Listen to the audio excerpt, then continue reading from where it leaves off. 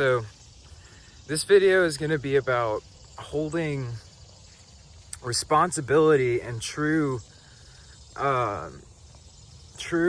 feelings of compassion and forgiveness and love in your life, and starting to see through the veil and starting to see things for how they really are. This is an interesting one because it's going to go into the same topics that I've been talking about, but more in like a kind of a different way.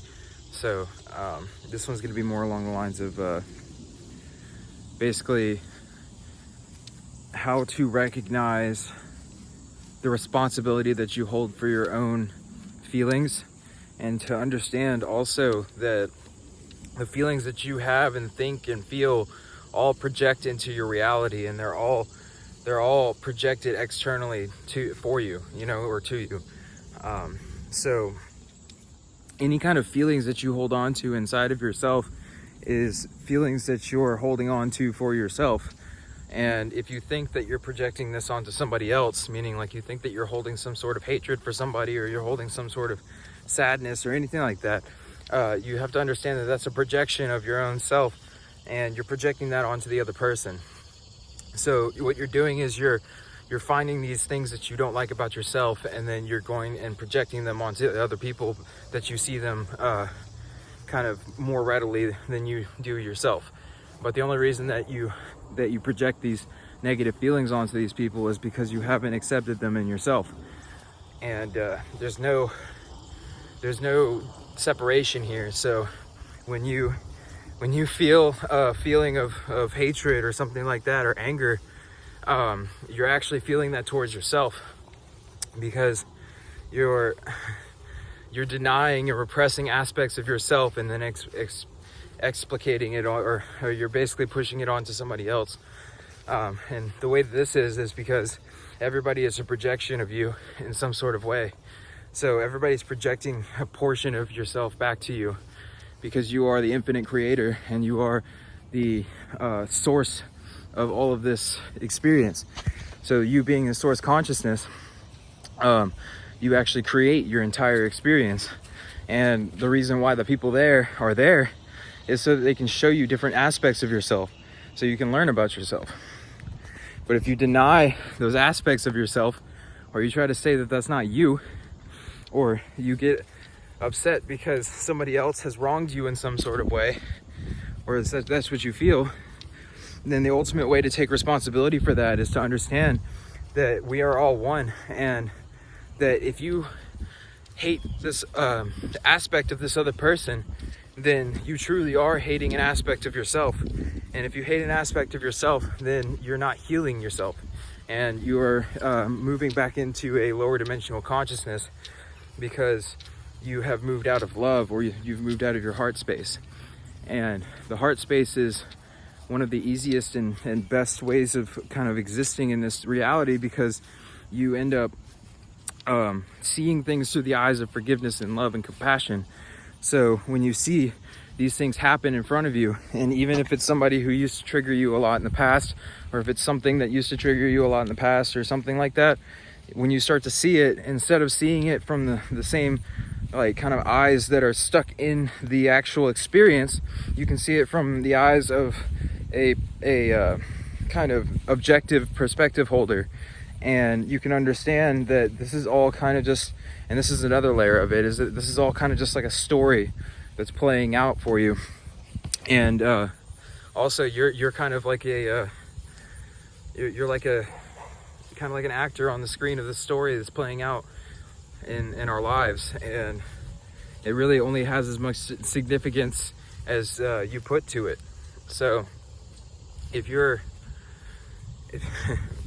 say an actor decided to play a part in a movie, and then got so into the part in the movie that when they cut the film and they said that, okay, you're good to go back to your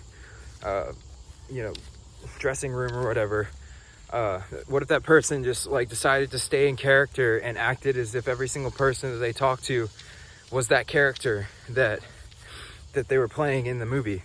So like they go to all the actors and they start acting the same exact way as they did in the as they were acting in the movie, and they start projecting that onto all the characters. All those characters would probably be like, what's going on, man? Like, that's not who I am. And that's kind of how it is in this world, is that we've projected all these different kind of like imaginary aspects of ourselves onto these other people, and then we kind of like bounce this blame and shame around with each other, and it's the same thing looking at itself. So no matter if it's an aspect of shame or if it's an aspect of beauty, it's still the same thing that's being presented, you see. So you can see the things in the same way as well. So when you start to see the unity of things, or you start to see that everything is being projected from you, and your interpretations of everything is literally what makes your experience of everything, and you can start to see that there's literally no point in holding anger or hatred or anything like that, because it's literally just a waste of energy. And that's not a joke. It literally is just a waste of energy. And when you redirect your attention to things that cause you suffering, that's a waste of energy.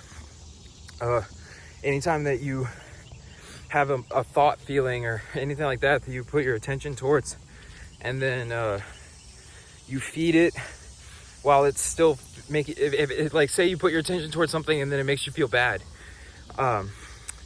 If you decide to bring that thought up again in order to feel it again after you've gotten the message of the thought, then you are actually ruminating, and you're just causing yourself suffering, because you've already got the message. Or as Alan Watts says, once you get the message, hang up the phone. Meaning like you've got the message of the suffering, so now you can hang up the phone and you can choose to redirect your attention to something that doesn't bring you as much suffering. It's kind of difficult for people to do this sometimes, because they've gotten so used to sitting on one thing until they think that it's fixed the way that they want it to be. But you have to see things from a larger perspective and understand that everything's already fixed the way that it's supposed to be. And your attempt to control and manipulate and distort that is what's causing your suffering in the first place. So it's not life that is causing your suffering, it's you that's causing your own suffering, because of your attempt to distort and manipulate life in a way that you think that will make you feel better, when in reality it's actually the opposite.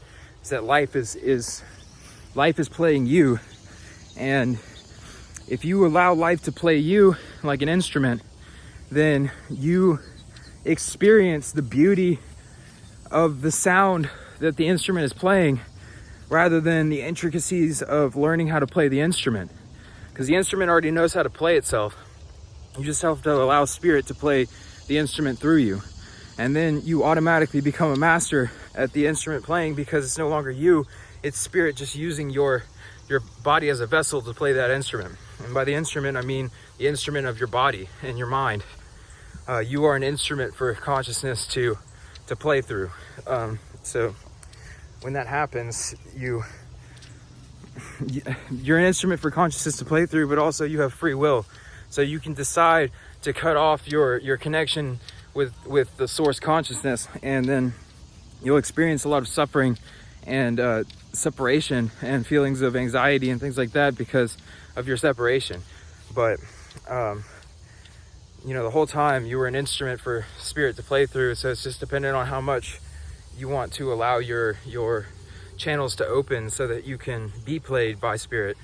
And I'll tell you what, when you are being played by spirit, it feels absolutely amazing. It's either you just completely dissolve and then just whatever's happening is just happening and it's okay, or you have these feelings of ecstasy and joy and beauty, because it just feels so beautiful to flow with a moment, especially like just instrument wise. Like just this is my own experience with music or whatever, but playing guitar, when you're in the flow and you're playing music and you're actually like, you're hearing the music that you're playing and you're understanding that, like, instead of listening to a song, you're actually producing that song and it sounds just as good as another song that you've heard before that you love.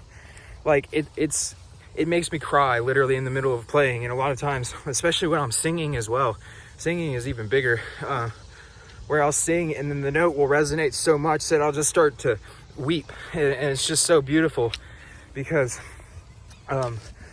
you know, the resonance between you and spirit is there, and like you're being played through that, and it puts you in a state of bliss, because that's what spirit and everything is really made out of, is this state of bliss. It's just that we've disconnected ourselves so much from the state of consciousness of being connected that we're now having to take back, or it's really not even taking control, it's losing control of ourselves. So it's like, it's to realize that your ego and the consciousness that you've been holding has been trying so hard to manipulate your life to be whatever you think that it's going to make it good. But if you notice that every single one of those manipulation tactics and every single one of those attempts to manipulate your life has always brought you more suffering, and it's never brought you any satisfaction. Well, the reason is because you can't manipulate life to be the way that you want it to be, because life is always changing, and the way that you want things to be is always changing, and you're always changing. So there's no way for you to make things solid and like structured and the same for yourself all the time, because life, the nature of life is to constantly change. So as you continuously try to manipulate and distort things to try to like structure them together to where you can understand them better or whatever as an ego, you then disconnect more and more from the reality of what the nature is in the first place, and then you lose sight of why you're even here. Like that's a big thing. But basically, making a well, hello there, a little puppy. Anyways, but yeah, you lose sight of why you're even here in the first place, and you start to kind of like disconnect from that true being nature of just kind of existing and having things just be there, because your interpretations have caused you to be really, really judgmental towards everything, and then those judgments then cause you more and more suffering. So sorry for the kind of energy change really quick. A person just kind of like walked up, and it kind of, I don't know, I can feel their energy. All right, well, I guess that's the kind of end of this one, but I hope you guys have a good day.